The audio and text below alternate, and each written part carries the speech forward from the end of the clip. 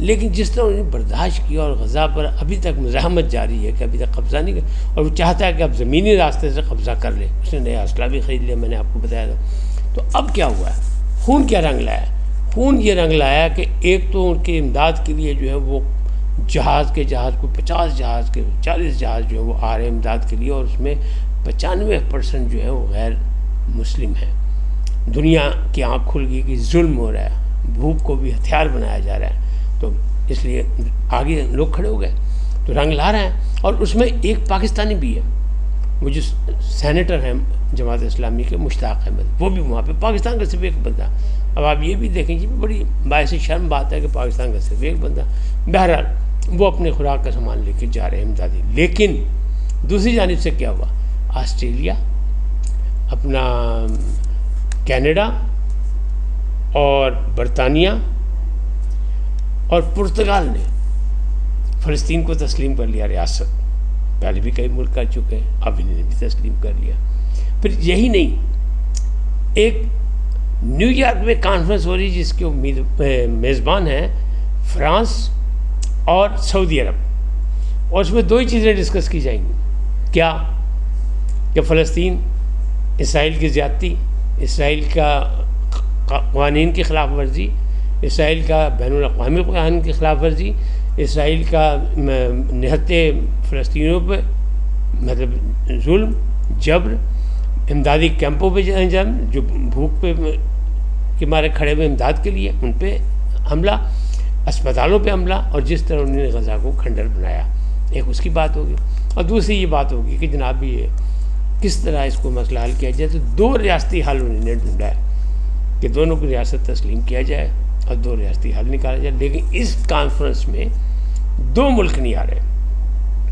بین الاقوامی سطح کی کانفرنس ہے، لیکن امریکہ بہادر اور اسرائیل ان کا بغل بچہ نہیں آ رہا۔ یہ ہو گیا، باقی ممالک وہاں جا رہے ہیں۔ اور دوسری طرف کیا خون رنگ لایا کہ ایفل ٹاور، فرانس میں ایفل ٹاور کے اوپر سرکاری طور پر یعنی حکومتی جانب سے فلسطین کے جھنڈا لہرا دیا گیا۔ اب یہ ہے نا، خون بول رہا ہے، کہتے ہیں نکلے گا تو جم جائے گا، یعنی دنیا کو نظر آئے گا، ظلم تو ظلم ہے، بڑھتا ہے تو مٹ جاتا ہے، خون پھر خون ہے، نکلے گا تو جم جائے گا۔ تو یہ جم گیا، نظر آ رہا ہے، لوگوں کی آنکھوں میں کھڑک رہا ہے، تو وہ جھنڈا بھی ایفل ٹاور پہ ہو گیا۔ اب امریکہ کے لیے جو ہے وہ ایک اور وزیر اعظم جا رہے ہیں ان کی قیادت میں، جناب 6 اسلامی ملک وہاں ملنے جا رہے ہیں، جس میں ترکی بھی ہے، قطر بھی ہے، سعودی عرب بھی ہے، اور ٹرمپ صاحب نے ٹائم دیا ان کو۔ اس میں بھی یہی چیزیں ہوں گی کہ قطر پہ حملہ اور ایک کیا کہتے ہیں فلسطین پر حملہ، یعنی اسرائیل کی دہشت گردی کا، یہی 2 باتیں ہوں گی اس کا۔ نہیں تو اب ٹرمپ کا یہ امتحان ہے کہ وہ ادھر بیٹھتا ہے کہ ادھر بیٹھتا ہے، کیونکہ اس کا بغل بچہ ہے اسرائیل، وہ اوپر سے انکار کرتا ہے لیکن ساتھ میں ان کے ساتھ کھڑا ہوتا ہے، وہ کہتے ہیں ہم اس کے ساتھ کھڑے۔ تو اب دیکھتے ہیں وہ کیا کرتا ہے، کیا فیصلہ کرتا ہے۔ تو وہ پھنس گیا۔ آخر میں بات کرتے ہیں کہ وہ جو وادی تیرہ میں آپریشن جاری تھا،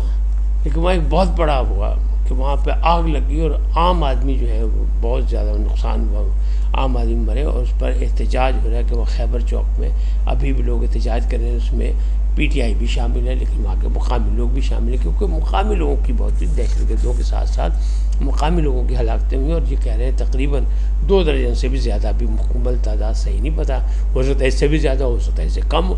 لیکن فی الحال یہ کہا جا رہا ہے وہ بہت بڑا واقعہ ہوا ہے وہاں پہ، وہاں آپریشن ہو رہا تھا۔ لیکن جو آپریشن وہ پتہ ہی لگا کہ وہ جو دہشت گرد تھے انہوں نے اتنا اسلحہ بارود اکٹھا کیا ہوا تھا، مارٹر کرنے، یہ وہ چل گیا جب ان پہ حملہ کیا، ورنہ لوگ کہہ رہے ہیں جہازوں سے بمبارمنٹ ہوئی، اس سے آگ لگ گئی، یہ ہو گیا۔ لیکن پاک افواج جو ہے وہ ٹارگٹ کر رہے ہیں آپریشن،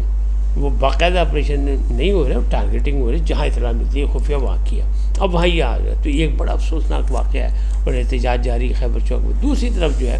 زیارت کے قریب جو ایک ڈپٹی کمشنر صاحب یا اسسٹنٹ کمشنر صاحب جو تھے، وہ افضل صاحب، وہ اپنے بیٹے کے ساتھ گئے ہوئے تھے گاڑی میں، تو ان کو BLA کے لوگوں نے پکڑ لیا، دہشت گردوں نے۔ پہلے وہ اغوا کر کے لے گئے، ان کو رکھا، اور پھر ان سے ایک بیان چلوایا کہ میری مدد کرو، ان کے مطالبات مان لیں سارے تاکہ میری جان بچ جائے۔ لیکن وہ مطالبات نہیں مانیں گے، حکومت نے اپنی کوششیں کی ہوں گی جس طرح بھی جیسے بھی کرنا تھا۔ اینڈ کیا ہوا؟ اینڈ یہ ہوا کہ آخر ان کی جو ہے زیارت کے قریب سے ان کی مسخ شدہ باپ بیٹوں کی لاشیں مل گئی۔ اب جو ادارے ہیں انہوں نے کہا یہ ہم چیلنج، یہ ہماری ریٹ کو چیلنج کیا گیا، ریاست کے ریٹ کو چیلنج کیا، ہم بھی رہے گا کسی کو نہیں چھوڑیں گے، اور ایک بڑا آپریشن ہونے جا رہا ہے۔ لیکن یہ بھی افسوسناک واقعہ کہ اس طرح انہوں نے کیا، ایک سرکاری افسر کو پھر اس کی گاڑی چلا دی، سرکاری افسر کی گاڑی چلا دی تاکہ انہیں پیغام دے کے دیکھو جی اسی دہشت گرد ہاں، اسی عام آدمی لٹیرے نہیں کسی اغوا کر لیا تو تاوان مانگ رہے ہیں، اسی سیدھا سیدھا گل کریں۔ تو وہ بڑا افسوسناک واقعہ ہے کہ یہ ساری طرف جی ہو رہا ہے۔ اب بات کرتے ہیں ایک اور کہ ہمارے میڈیا پہ ایک دم وہ جو بھارت سے پاکستان ہار گیا میچ دوسرا بھی، ٹھیک ہے اچھی ٹیم، ہم تو ہار جیت کے قائل ہیں، یہ اسپورٹس مین اسپرٹ، یہ جو اچھا کھیلے وہ جیتے، اس کی تعریف ہونی چاہیے، بھارت جیت گیا کوئی بات نہیں، لیکن دیکھے تو صحیح کہ اتنے دباؤ کے ساتھ جہاں پہلے اسے کہا کہ ہاتھ نہیں ملانا اور پریشر میں تھا، کپتان بھی اور باقی بھی اور ریفری بھی وہی، پھر پہلا آؤٹ جو ہے فخر زمان کا وہ بھی غلط دے دیا، وہ بھی متنازع ہو گیا، پھر اس سے آگے گئے تو معاملات کہ وہ نواز جو تھا وہ رن آؤٹ ہو گیا، چاہے اپنی غلطی سے ہو گیا، لیکن تھوڑی سی سرکم جان، لیکن تھا کیا، کم اسکور کیا پاکستان نے، ٹھیک ہے کم کیا، وہ بھی یہی کہہ رہا ہے، اپنا جو کپتان ہے ہمارا پاکستانی کپتان جو ہے وہ بھی یہ کہہ رہا آگا کہ اگر میں ٹاس جیتا تبھی میں پہلے فیلڈنگ کرتا، کیونکہ بعد میں جو ہے وہ اوس پڑتی ہے تو معاملات گڑبڑ ہو جاتے ہیں، لیکن بھارت نے جیتا تو بھارت نے ہمیں کرا دی، کوئی بات نہیں، اسکور پہلے سے اچھا بنایا، 172 بنایا، میرا اپنا خیال تھا کہ یہ 180-90 ہوگا تو مقابلہ سخت ہوگا، کوئی بھی جیت سکتا، 50-50 کی چانسز ہوں، اگر 200 کر گیا پاکستان یا 210 کر گیا تو پاکستان جیتے ہی جیتے، لیکن وہ 172 کا ٹارگٹ دیا، یعنی 171 کیا تو 172 کا ٹارگٹ دیا، تو اس میں بھی اگر آپ دیکھیں تو کیا کمال کے ایک بندہ ان کا چلا ہے جس نے بہت زیادہ اسکور کیا، نوجوان لڑکا، ٹھیک ہے اچھا کھیلا، اس نے کیا 72 رن یا 74 رن، باقی کیا ہوا 4 آؤٹ پاکستان نے بھی کیے، 4 آؤٹ انہوں نے بھی کیے، ایک متنازع ہے، 5 آؤٹ ان کے ہو گئے۔ آگے دیکھیں اپنی ٹیم کو گالیاں کہ جناب ان کو کرکٹ چھوڑ دینی چاہیے، ان کا استقبال ڈنڈوں سے ہونا چاہیے، ظلم ہے، جب جیتتا ہے تو کون جیتا ہے، یہی پلیئر جیتے ہیں، ان کی حوصلہ افزائی کا بہترین کھیلے، کوئی مسئلہ نہیں، 19-20 ہو گیا، پھر ہو گیا ٹھیک ہو گیا، کم ہو گیا، لیکن اس سے اگلی میچ پھر سے ہی ابھی ایک جوڑ اور ہونا ہے،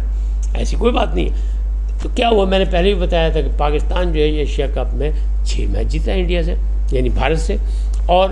بھارت جو ہے وہ 10 جیتا ہے، اب وہ 11 جیت گیا، یہ 6 جیتے ہیں، ابھی بھی ڈبل والی بات نہیں ہے اور ایسی کوئی بات نہیں ہے، لیکن اتنی گالیاں اتنا کچھ دیا، کہا جا رہا ہے پاکستانیوں کو کہ جناب بس ان کو کرکٹ چھوڑ دینی چاہیے، یہ جیسے عمران خان صاحب کا پیغام آیا کہ عاصم صاحب اور محسن نقوی صاحب جا کے اوپننگ کرے تو پاکستان جیتے گا ورنہ نہیں جیتے گا، او بھائی ہمارے پلیئر جیتتے رہے، جو سیاست ہے اس کو ختم کریں، جو پلیئر ہیں وہ لائیں، چاہے وہ بابر اعظم ہو، چاہے وہ کوئی اور ہو یا باقی لوگ ہیں جن کی ضرورت ہے لائیں، لیکن ہوا یہ کہ سائے میوب بہتر کھیل رہے تھے، اب اس دفعہ تو بہتر کھیلے، اور اسی طرح جو اوپننگ آئی اس نے بھی اچھا اسٹینڈ دیا، وہ کیا ہوا، کھیل ہے کچھ بھی ہو سکتا ہے، لیکن اتنا برا بھلا کہنا ظلم ہے، زیادتی ہے، جبکہ ان کے ساتھ ناانصافی بھی ہو، اور بھارت کی ناانصافی یہ ہے کہ دیکھیں دوغلی پالیسی اس کی، یا وہ ہاتھ نہیں ملا رہا، اب بھی اس نے ہاتھ نہیں ملایا، لیکن وہ فٹ بال میچ تھا فیفا کا ایک 17 انڈر 17 اس میں بھی پاکستان ہار گیا، لیکن 2-3 سے ہارے، 1 گول سے ہارے، کوئی بات نہیں، کیا ہوتا ہے ہار جیت ہوتی ہے، ہم تسلیم کرتے ہیں، اسپورٹس مین اسپرٹ ہے، لیکن وہاں بھارتیوں نے ہاتھ ملائے، وجہ کیا تھی، فرق صاف ظاہر ہے کہ جے شاہ جو ہے وہ ہے اس وقت ICC کا یعنی سربراہ، اور امیت شاہ کا وہ بیٹا ہے جو دست راس ہے مودی کا، لہٰذا انہوں نے اپنا گاند ڈالا، اپنی جو نفرت ڈالی، ان کی دوغلی پالیسی، اور جو فٹ بال میں فیفا کا وہاں سربراہ جو ہے وہ بھارت کا نہیں ہے، وہاں اس کا رزلٹ کچھ اور ملتا، وہاں ایشین فٹ بال فیڈریشن میں بھی ان کا وہ صدر نہیں ہے، ورنہ وہ گاندے ڈالتے، تو وہاں انہیں نہیں گند ڈالا، انہیں وہاں ہاتھ بھی ملایا، سب کچھ کیا، اور باقاعدہ پوری ٹیم مل رہی ہے، ایک دوسرے سے ہاتھ مار رہی ہے، سب کچھ ہو رہا ہے، یہ اسپورٹس مین اسپرٹ ہوتی ہے،